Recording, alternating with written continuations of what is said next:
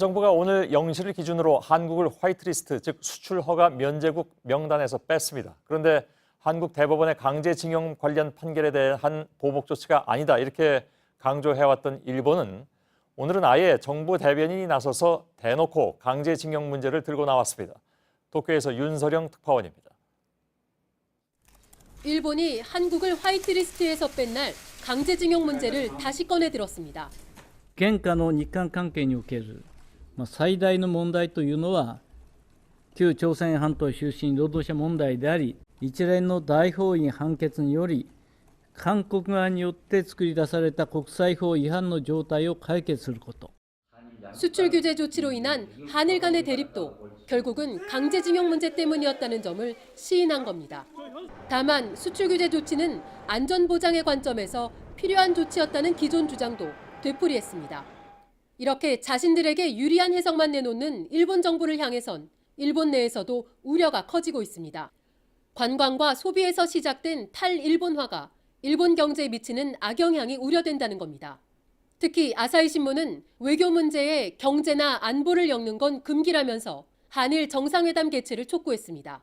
이처럼 일본에서도 과열된 여론에 휩쓸리지 말고 중장기적 국익을 생각해 대화에 나서야 한다는 목소리가 이어지고 있습니다. 도쿄에서 JTBC 윤서령입니다.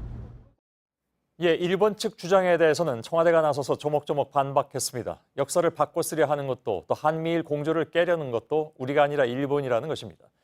일본에 맞서서 기술 자립을 하겠다고 했는데 핵심 품목을 개발하는 데 앞으로 3년 동안 5조 원을 투입할 계획입니다. 이희정 기자입니다. 일본 아베 정부를 향한 청와대의 메시지는 강경했습니다. 일본의 이번 조치에 강한 유감을 표명합니다. 아베 총리는 우리에 대해 신뢰할 수 없다는 국가라는 점을 최근 2번이나 언급하면서 우리를 적대 국가 같이 취급하고 있습니다. 일본 측 주장도 조목조목 반박했습니다. 고노다로 일본 외무상이 한국을 향해 역사를 바꿔 쓰려고 한다면 그것은 불가능하다고 한 데 대해 역사를 바꿔 쓰고 있는 건 일본이라고 맞받았습니다. 한일 군사정보 보호협정을 종료하기로 한 것 역시 일본 측에 책임이 있다는 점도 분명히 했습니다.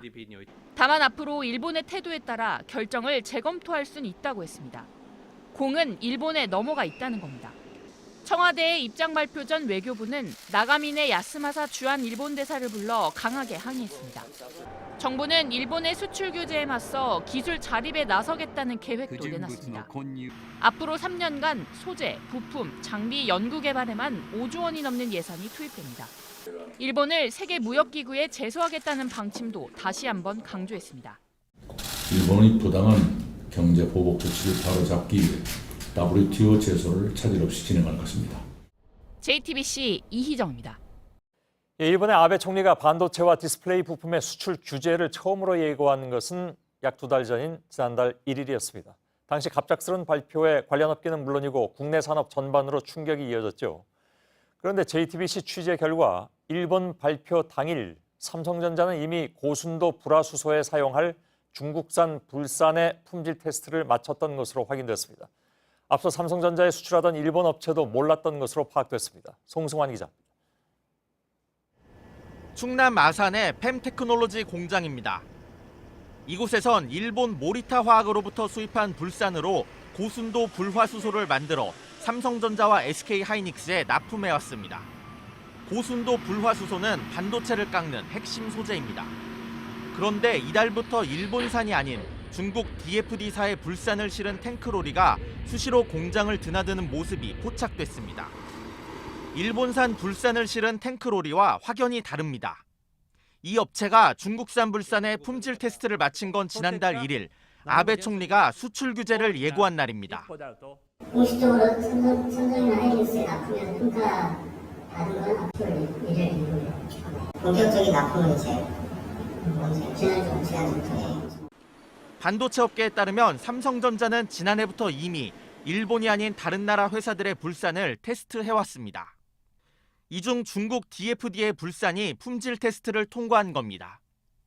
현재 중국산 불산은 삼성물산이 수입하고 펨테크놀로지가 가공을 맡아 삼성전자에 납품하고 있습니다. 디스플레이 분화한 거 맞고요. 그래서 승인이 된 것 같고 일본 물량은 배표가 나와서 진행이 중인 걸로 확인이 됐습니다. 중국산 불산은 일본산에 비해 불순물이 많고 가격도 비쌉니다. 하지만 삼성전자는 늘어난 생산 비용을 직접 부담하며 중국산을 쓰기로 한 것으로 파악됐습니다. 중국 공장을 통해 삼성전자의 불산을 우회 수출하겠다던 일본 업체는 처음 듣는 내용이라고 밝혔습니다. いや、それはちょっと聞いてないですね。最近になって、サムソンやその中国から、不可水素酸を入れてサムソンへ入れてると。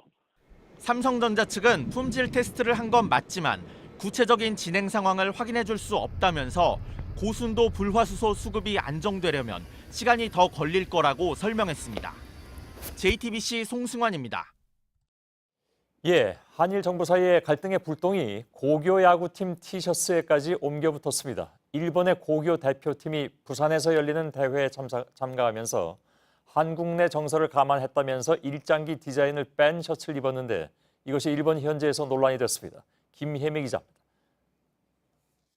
일본 고교 야구 대표팀이 오는 30일 부산에서 개막하는 세계 청소년 선수권 대회에 참가하기 위해 오늘 한국에 들어온 모습입니다. 선수단 모두가 아무런 무늬가 없는 흰색 셔츠를 입었습니다. 지난 대회 때까진 재팬이란 글씨와 일장기가 새겨진 유니폼을 입었습니다. 하지만 올해는 일본 고교 야구 연맹이 현재의 한일 관계를 고려해 민무늬 셔츠를 준비한 겁니다. 다케나카 연맹 사무국장은 한국의 정서를 배려하는 것이 좋겠다고 생각했다며 선수단의 안전도 고려했다고 밝혔습니다. 일본 주요 언론이 국가대표가 일장기가 없는 셔츠를 입고 한국으로 출발했다고 보도했고 논란이 벌어졌습니다. 일부 정치인은 국기 없는 한국 원정은 안 된다고 치고 나왔고 온라인에서는 불필요한 배려였다는 의견도 이어졌습니다.